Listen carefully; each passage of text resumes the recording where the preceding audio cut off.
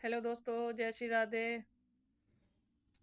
देखो दोस्तों, मैं आपको बताना चाहती हूँ आज अपने वीडियो में, और आप लोगों को अपील भी करना चाहती हूँ।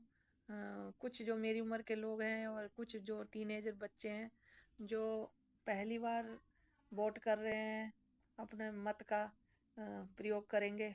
दिल्ली में बहुत जल्दी चुनाव आने वाले हैं दोस्तों।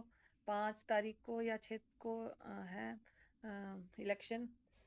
तो मैं आप सभी भाई बहनों से ये कहना चाहती हूँ कि दोस्तों, ऐसे व्यक्ति को चुने जो हमारे बच्चों के भविष्य में हमारी मदद करे, और हमें दिल्ली में साफ सुथरा पानी और अम, अम, अच्छी से अच्छी एजुकेशन बच्चों को प्रोवाइड करे। हेल्थ के लिए बहुत अच्छा सोचे। दिल्ली की साफ सफाई के लिए जो अभी बुरी हालत हो रखी है।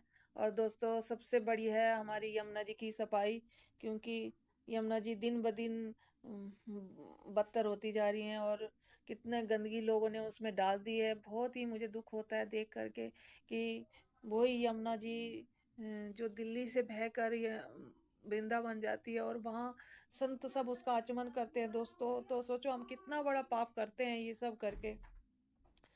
दिल्ली में जो जमुना जी में इतने सारे गंदे नाले, दिल्ली के क्या, हर जगह में जहाँ जहाँ से गुजरती है जमुना जी।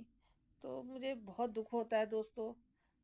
कुछ करते क्यों नहीं है सरकारें? सब कर सकते हैं, लेकिन जैसे लगता है कि हमारी नदियों को इन्होंने खराब और गंदा करने का और उन्हें दूषित करने का, जैसे इन्होंने कसम खाई रखी है कि हम कभी ठीक नहीं करेंगे, बाकी और उसमें गंदगी डाल देंगे। हाल फिलहाल में जैसे इल्जाम लगा रहे हैं हरियाणा वाले और दिल्ली वाले आपस में, एक दूसरे को क्रिटिसाइज करते हैं। लेकिन कभी भी ऐसे अगर जैसे लड़ने के लिए एक साथ आ जाते हैं, ऐसे सफाई के लिए साथ नहीं आ सकते। कितनी खराब बात है। कभी भी अम, विपक्ष और जो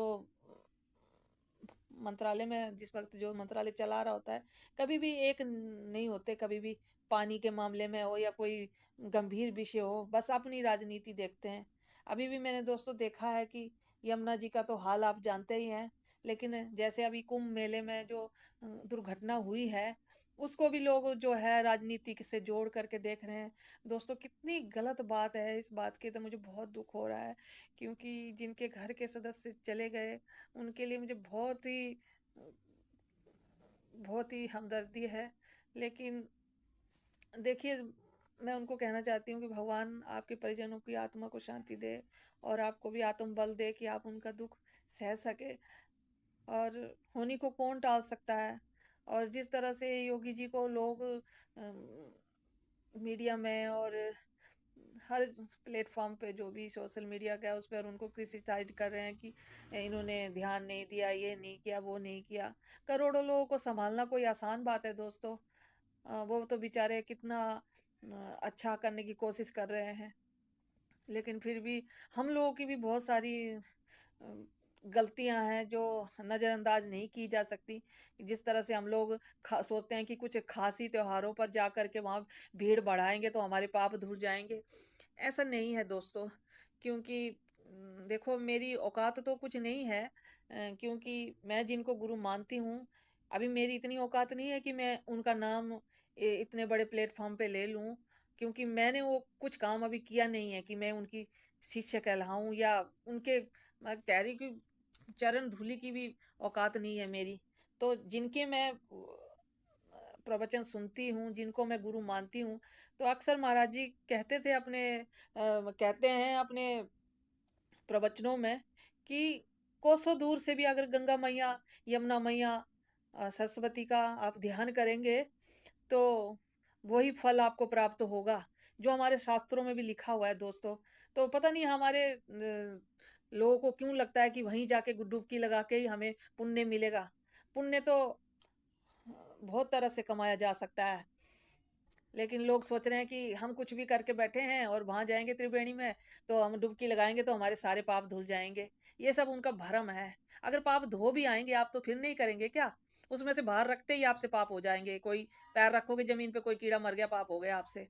तो मैं अपने गुरु का सिद्धांत आपको बता रही हूँ कि अक्सर हमने सुना है कि कोसों दूर से भी अगर आप सच्चे मन से ध्यान करते हैं, सोचो कि मैं स्नान कर रहा हूँ त्रिवेणी में, तो वही फल आपको मिलता है दोस्तों।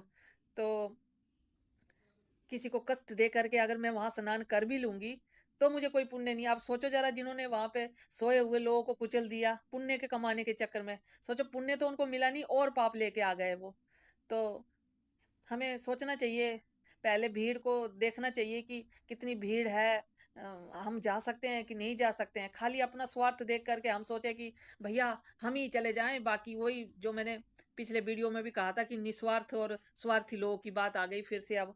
तो ये सब बहुत ही गलत बात है दोस्तों, क्योंकि हमेशा दूसरों का भला सोचना चाहिए, तब आपका भला अपने आप ही हो जाएगा।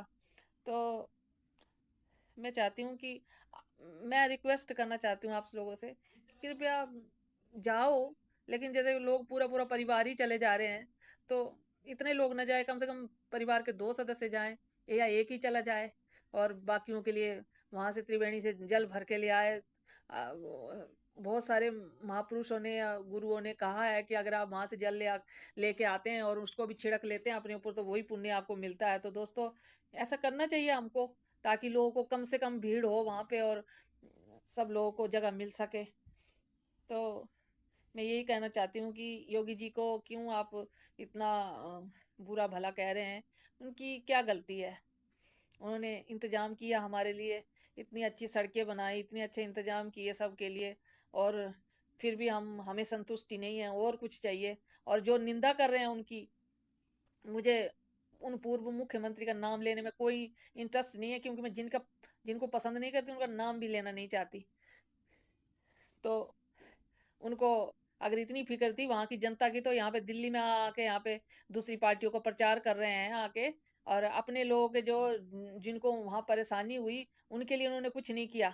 अगर जो निंदा कर रहे हैं पूर्व मुख्यमंत्री वहां के, तो घटना होते ही वहां पहुंच जाते हैं ना, क्योंकि तुम राजनीति में आओगे तभी लोगों की मदद करोगे।